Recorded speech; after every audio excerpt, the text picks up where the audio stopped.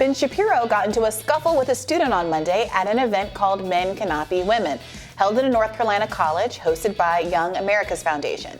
Popular conservative podcaster and outspoken critic of gender identity was put on the spot during the question and answer portion when a student who identified himself as a mathematician and physicist said this. I'm a mathematician and a physicist here, a double major, and I also just won the most prestigious award in the country to pursue research at any institution I want, the National Science Foundation Graduate Research Fellowship. So I think I'm pretty, qualified to say that most of what you're saying is based on, old data. But my question to you, and so I want you all to realize that. Last month, but sure. For example, gender identity disorder, that's the DSM-4, bro. We use the DSM-5 now for psychologists to be able to talk about... I literally cited the DSM-5 in the speech, and it's called gender dysphoria, which is the term that I use throughout the speech, not gender identity disorder. You sound like a bozo, bro. And you get no pussy, and you can't even make your wife wet, bro, so what's good?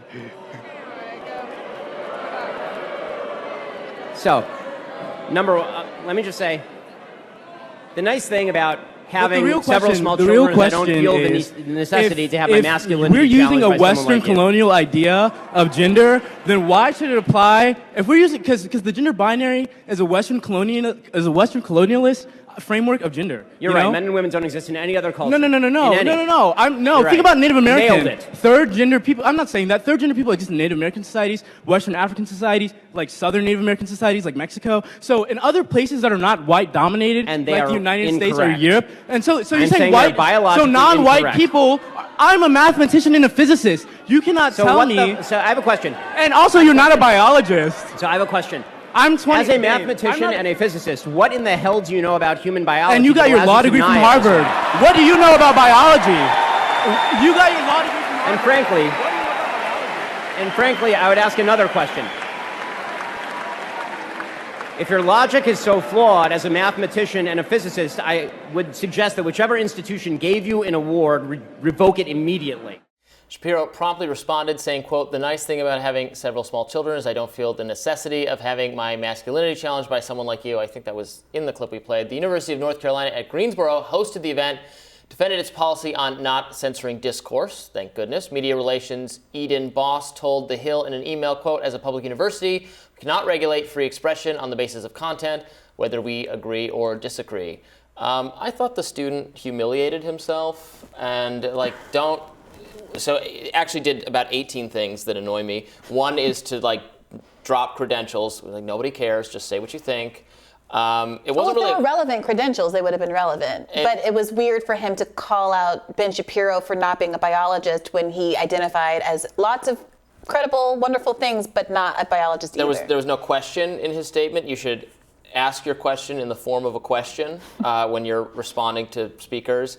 And then if you're going to disagree with him, but you immediately discredit yourself if you make that stupid personal attack or whatever. Yeah, so here's the problem. People on the internet really felt like this was an own on both sides, and I thought it was an own only in one direction. But I delight in a funny insult. I understand. I found this cringe. This made me cringe. I understand why people just liked the idea of getting an insult off at Ben Shapiro, point blank period. But I agree that it's really frustrating because so often I find myself as a leftist who is on the side, being on the side of various people who I agree substantively with, who are not making the case very well and who are making the case in a way that undermines it fundamentally. So, for example, one of the things that I had an issue with, in addition to, I think, your good points, was that he talks about the fact, correctly, that other societies in all parts of the world have had a different way of understanding gender. And that is relevant because people like Ben Shapiro himself, often rely on this idea of tradition, specifically Western tradition, to make the point that because it's always been this way, this is how it always has to be, or all of these years of practice validate why we should continue on in the same way. Now, to point to the fact that there are many, many years of tradition that militate in the opposite direction is a relevant rebuttal to that point. But by making it about non-white people think this, therefore the white view, I don't really understand what that had to do with it. And it left Ben Shapiro with this opening to start to poke holes at it, and again started to undermine this guy's credibility. If your point is that, hey, Ben Shapiro. I disagree with you on with the idea that there are only two genders and there's these specific heteronormative roles. Here's other ways that very successful societies have modeled different kinds of behavior, and I don't know what difference it is to you. Then that's a solid point. I don't know what the rest of it is doing. Yeah, and look, I'm not on social issues, on gender issues. I'm not as far to the right, not nearly as far to the right as Ben Shapiro is. But I think he was basically correct in saying that. I mean, if you're going to make the gender binary, male and female, is basically replicated, not just in Western culture, but in other. Now there are exceptions in Western culture and in other cultures. This seems to me to be a pretty dominating norm cross cultures. There are many exceptions to it, and some large exceptions, like the with Native Americans that got brought up. Right, some cultures have women hunting and men staying at home in prehistoric times. There have been female monarchs. There have been there's all sorts of exceptions, but the general male-female dynamic is not just a Western culture invention, and no, it's not. Prevalent. And I think that's why he undermined his point by trying to pretend like this is how white people do it and this is how non-white people do it. Different people in different places have done it a lot of different ways. Right. I think the better point to make is that what we think as exceptional or deviations from the norm has been a lot more prevalent both now and over the course of history than we understand it to be because of the selective reading of said history. Now, that's not the point that was made, and instead, you're right, we did open with his ad hominem, which you may or may not think is amusing.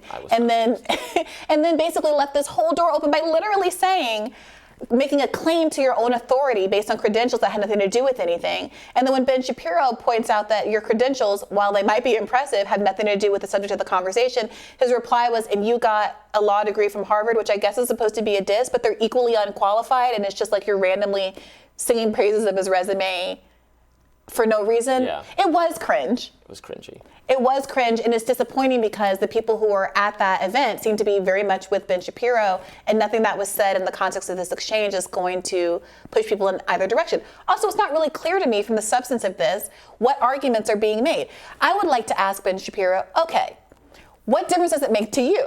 Why is it that you have this kind of disproportionate focus on how other people are living their private lives in a world where there's such an emphasis on individuality and freedom of choice? I fully respect your ability to impregnate your wife many times and have the many children that you're very proud of. But why is there this constant focus and attention on the way other people are living their lives, and to have a substantive exchange about some of the tensions within his own ideology? Because by making it, like even you just said deviations from the norm. So don't we have to then concede there is a norm? I think it's okay for there to be deviations from the norm. Maybe Ben Shapiro disagrees, but there is a norm, and it's okay to not conform to it. I feel that way, but that doesn't mean there isn't a norm that most people fall into and that has mostly existed, and it's okay to be different. Yeah, I don't think that anybody would dispute that. I think there is an extent to which, however... I think Ben Shapiro and that student would have disputed it in opposite directions. That there is no norm. Norm is an invention of Western colonializing society that they're forcing on everyone on one hand. And yes, there's a norm and everyone should conform to it on the other. All right. Which I think neither position is correct. But well, we're both trying to read in a lot to arguments that were made not very well in a very short clip. But I am once again frustrated by the reductive nature of the internet, but amused a little bit, I confess, by a sweet ad hominem. Let us know if you agree in the comments. We'll have more rising after this.